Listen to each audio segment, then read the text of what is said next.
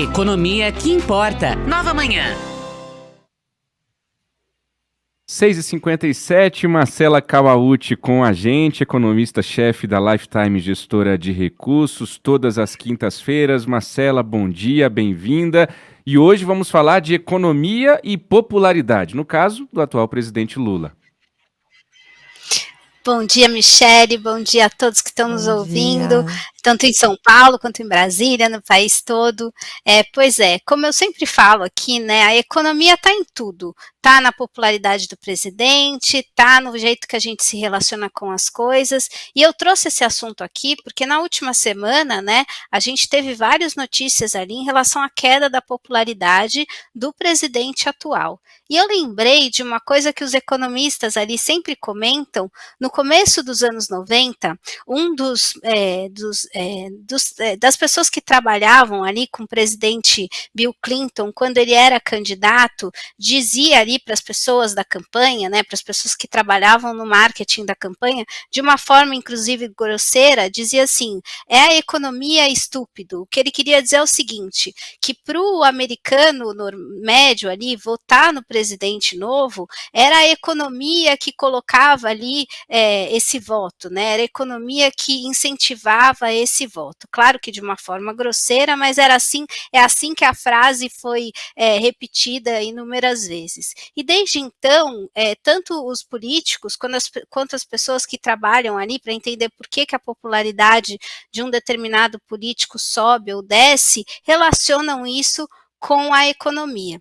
E ao longo da história brasileira, também isso foi bastante importante. A gente viu presidentes que se candidataram à reeleição e não conseguiram se reeleger, e aí os analistas ali dizem que foi por conta da alta da inflação. Isso aconteceu aqui no Brasil, mas aconteceu recentemente nos Estados Unidos. As análises do porquê Donald Trump ganhou essas últimas eleições, uma margem larga em relação a Joe Biden, inclusive com apoio de partes da população, né, determinados recortes demográficos ali que geralmente não apoiariam, como por exemplo as mulheres, a população latina, enfim, os analistas diziam que ele ganhou justamente por conta da economia. A economia americana chegou ao final de 2023 com inflação muito alta, juros também muito altos e inflação resistente, o que acaba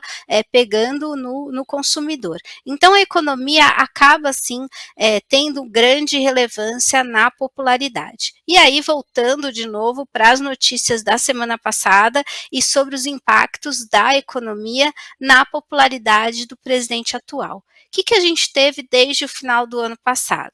A gente teve uma crise de confiança, a gente já falou muito disso aqui, né, em relação à questão fiscal. O dólar acabou respondendo a isso, né? Os investidores acabaram saindo do Brasil, a nossa moeda desvalorizou, e aí o dólar foi ali para 6,30, que é um patamar muito alto. E rapidamente isso se traduziu em inflação de alimentos. A gente está ouvindo falar, eu até vou trazer depois aqui com calma um dia desses, da inflação de produtos ali do nosso dia a dia. A inflação do ovo, a inflação da carne, a inflação do azeite, do café.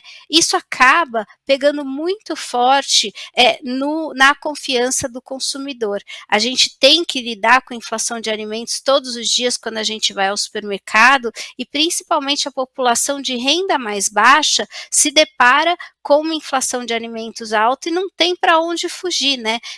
Não tem margem de manobra ali no orçamento para conseguir fugir dessa inflação. E aí isso acaba tendo impacto forte na confiança e também na popularidade do presidente. A gente sabe que tem outros também fatores, né? Por exemplo, fatores externos, pode ter questão de escândalos de corrupção que também podem afetar popularidade de presidentes, podem ter notícias ruins relacionadas, mas a economia é sempre um fator central em relação à popularidade. E a puxada do IPCA do final do ano para cá acaba deixando a popularidade do presidente em xeque. E isso, olhando para frente, deve continuar. As expectativas dos economistas para a inflação do mês de fevereiro, que vai ser divulgada ali em março, é de uma inflação de mais de 1%. Então, provavelmente, ao longo do primeiro semestre, a gente deve ver esses números de inflação muito altos e, portanto, a resposta acaba sendo dada na popularidade do presidente, afinal de contas, a população entende que é ele que precisa, né, fazer medidas ali, tomar medidas para que essa inflação consiga voltar. Ele não é o único responsável, isso é bom deixar claro, mas é assim que a população entende. Mas tem um papel muito importante. Não é o único responsável, mas as atitudes dele refletem, né, não só dele como da equipe que ele nomeou, refletem diretamente nos preços, certo?